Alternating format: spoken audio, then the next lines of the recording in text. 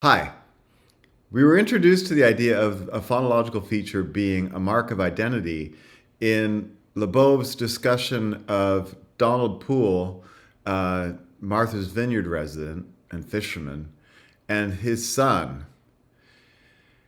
Remember that Lebov constructed a measure of centralization and fronting for the pronunciation of I and ow diphthongs. They were raising to something like oi and ow. These are tables from his 63 paper, and you can see that the raising measure was much higher amongst fishermen than it was amongst farmers and others. So, an idea in this paper is that raising is a mark of identity amongst especially fishermen.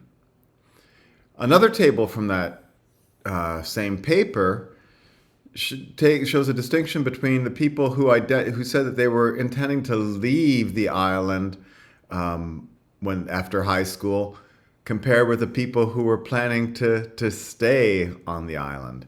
So we have much lower rates of raising amongst the people who, especially living down island. So this was the area which is not the fishing area, versus the up island, mostly fishing people, who would have much more raising.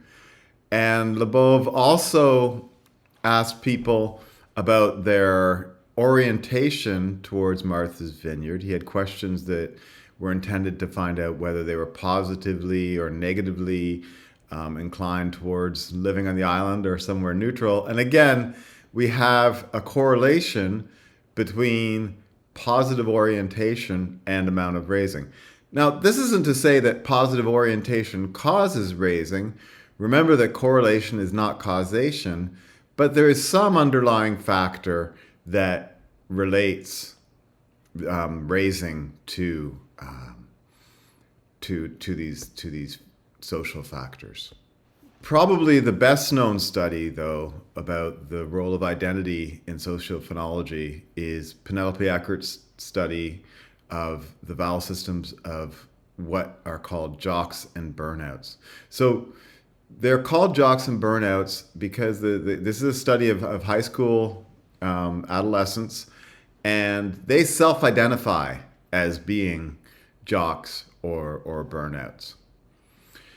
This takes us back again to the Northern Cities shift. This is the diagram of the Northern Cities shift that we've seen already using the Lebovian vowel systems. And so here, this is not IPA A, but it's E instead. And this is the vowel that's going to be of most interest, the dress vowel in Wells' lexical set. In Lebov's presentation, he showed it moving in two directions, that E could be centralized and come out something like so dress instead of dress. It could also be lowered and centralized, something like dress. And Eckert even finds some other realizations that we'll talk about just in a minute. Here's some passages of the adolescents themselves talking about the social situation in high school. One of them says, "I hated junior high. I did. I hated it because it was like, it's a total identity crisis, or at least it was for me. Just trying to figure out where you belong. Okay, 7th grade, day one, jocks and the burnouts." Boom, right at the beginning of school. That fast, that fast. I'd say at the beginning of junior high, I considered myself a jock. Why? Well, we didn't smoke, we didn't drink, and we didn't do anything that... Okay, so that's the social situation in the high school. The realizations of this A vowel. So there's a mid-central A, there's low-central A, that's what we talked about already. Then there are also front variants. In addition to E, which is a front vowel, Eckert points out that she finds examples of A, so it would be dras, or I, dris. I sounds kind of southern. As she points out, it occurs a lot in git. And then there was another variant that was kind of in between front and back. So she created a backing score for every participant in the study So front vowel realizations of the dress vowel got a score of 0. Central vowels 2, and intermediate ones got 1s. Each participant score was the average across their vowels, then multiplied by 100. And so we can see that, so this would be, the scale goes from 0 to 2, and then the average would have been something like, for this participant would have been 1.3 multiplied by 100. For this participant would have been, 0.2 multiplied by 100. So this is average backing vowels for e, and we've got a distinction between girls and boys, and burnouts, jocks, and then people who identify as in-betweeners. And we see that the girls in general lead the change. So this is something we find often. It was discussed also in the Lebov talk. And then burnouts have more back vowels in general than, or more back or more centralized vowels than the jocks. One interesting bit of information is that even though the jocks and burnouts did not differ in the pre-L environment, everyone tended to use back vowels there. And this is maybe, we talked a bit about this before already, that before la, that most speakers of mainstream American English would tend to have, or most speakers of English in general would tend to have a relatively back vowel. But there was a variant, an ah, this is the central ah, like in Boston Father.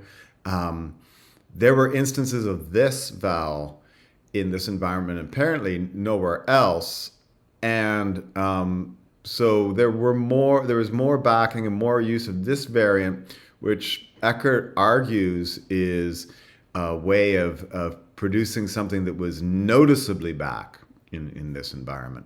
The jocks aren't simply resisting the backing change that the burnouts are leading on. They also lead in the use of the A variant, the front A variant. She sees this as development of a variant that's opposed to the burnouts. Now, this is not a variant that's completely novel for the adolescents, for the jocks. It is something that's heard amongst in newscasters, especially in the Detroit area and other places. And so maybe she says that this is an appropriate model for jocks to follow. So they are presumably using this vowel to assert a sort of identity. Eckert goes quite far in her interpretation of the data. She says that the open-faced, smiling demeanor of the jocks and the more closed, somber aspect of the burnouts correspond to their choice of variants. The fronted spread A variant for jocks and the central unspread for the burnouts.